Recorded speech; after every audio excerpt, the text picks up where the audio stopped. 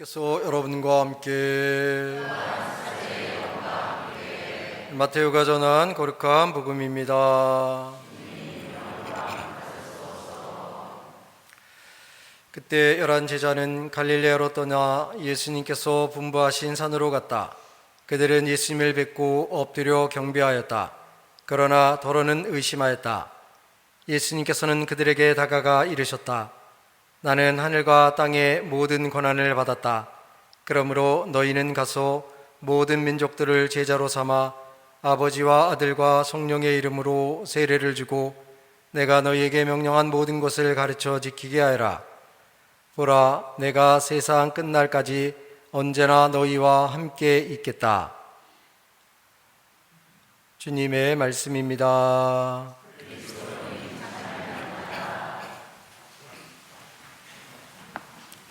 참 예수님,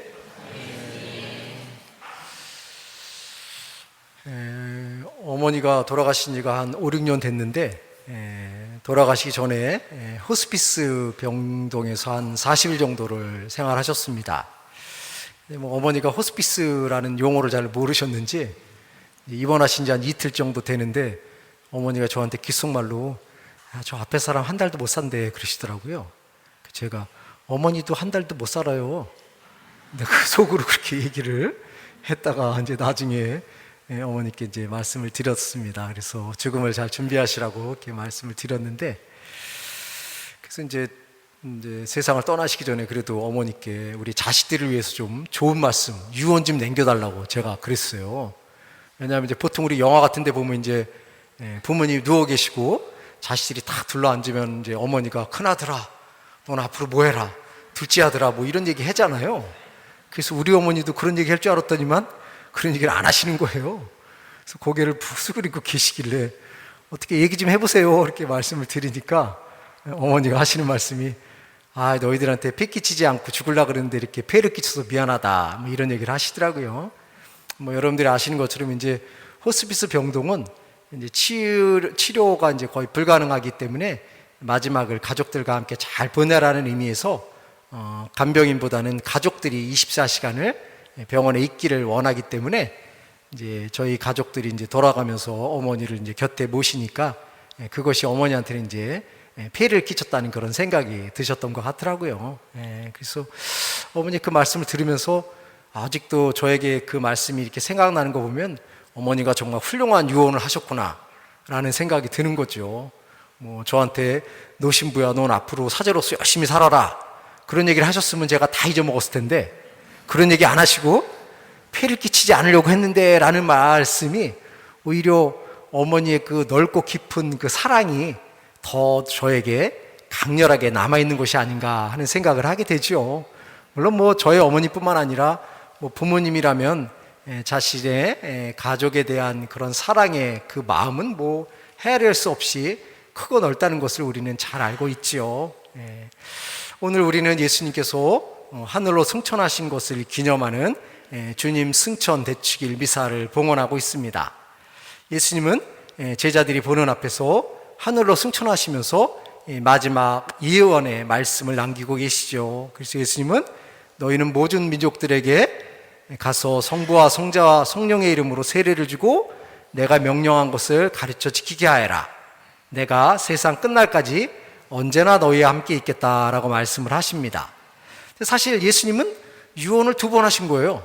첫 번째 예언은 십자가에 못 박혀 돌아가시기 전에, 그리고 두 번째는 하늘로 승천하시기 전에 이렇게 하셨는데, 예수님이 이제 십자가에 돌아가시기 전에 최후 만찬을 하시면서 제자들의 발을 닦아주면서 내가 이렇게 했으니까 너희들도 모범을 보이고 서로 사랑하라 라는 말씀을 하셨죠.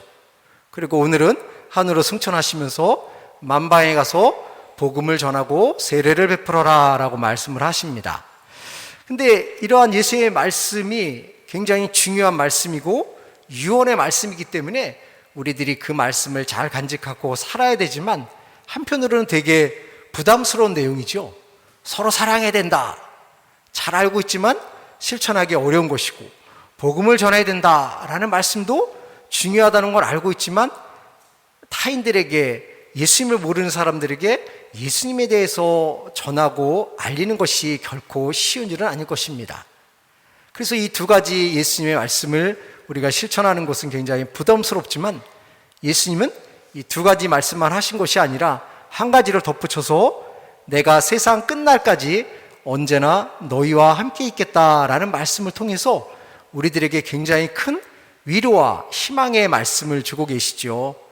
예수님은 하늘로 승천하시면서 제자들에게 돈을 주거나 어떤 명예를 준 것이 아니라 오히려 그것보다도 더 소중하고 가치 있는 당신이 함께 해주신다는 사실을 제자들에게 선포하셨습니다. 어찌 보면 우리는 세상을 살아가면서 늘 혼자가 아닌가 하는 두려움을 느끼게 되지요. 내가 원하는 대로 일이 풀리지 않거나 내가 계획된 대로 일이 수행되지 않을 때 답답하고 힘들고 어려울 때, 그리고 또 누군가의 손길이 있다 하더라도 그 손길이 내가 원하는 식의 모습으로 제공되지 않을 때 혼자임을, 외로움을 느끼게 됩니다. 하지만 그러한 상황에 우리는 예수님의 이러한 말씀, 내가 세상 끝날까지 항상 너희와 함께 있겠다라는 말씀은 우리들에게 큰 위로가 되고 기쁨이 되는 것이죠.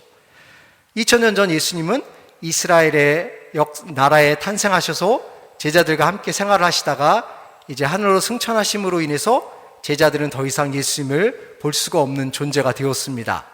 하지만 예수님이 하늘로 승천하심으로 인해서 이제 이스라엘이라는 제한된 나라에서 활동하시던 예수님이 비록 우리의 눈에는 보이지 않지만 모든 사람들에게 함께하고 계시다는 것을 더 명확하게 드러내고 있습니다.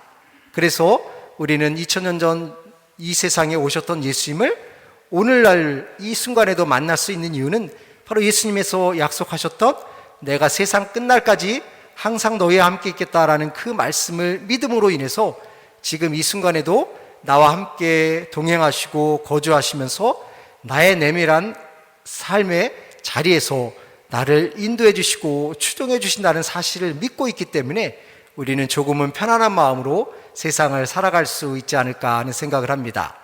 제자들 눈에는 예수님이 사라지셨지만 오히려 눈에 보이지 않는 존재로서 우리들 곁에 함께 머무심으로 인해서 우리가 좌절하지 않고 용기 있게 희망을 갖고 세상을 살아갈 수 있도록 도와주시는 예수님을 우리는 생각하게 되는 것이죠. 그래서 오늘 우리는 주님 승천 대축일을 미사를 봉헌하면서 예수님이 하늘로 승천하셨다는 것을 생각하기보다는 오히려 예수님이 내 내면에서 나와 함께 머물고 계시다는 사실을 의식함으로 인해서 우리는 새로운 삶을 살아갈 수 있는 용기를 얻게 될 것입니다. 세상은 우리를 혼자 고아처럼 버려두는 것이 아니라 바로 예수님께서 나를 이끌어 주시고 나와 함께 해주신다는 사실을 믿고 살아갈 때 우리는 풍요로운 인생 여정을 걸어갈 수 있을 것입니다. 그래서 새롭게 한 주간 시작하면서 그분을 우리가 눈으로 확인할 수 없지만 그분은 눈에 보이지 않는 것보다도 더 큰 힘으로 우리와 함께 머물고 계시다는 사실을 믿을 수 있으면 좋겠습니다. 잠시 눈을 감고 우리가 어떻게 눈에 보이지 않지만 우리들과 함께 머무시는 주님을 의식하며 살아갈 수 있을까 생각해 보겠습니다.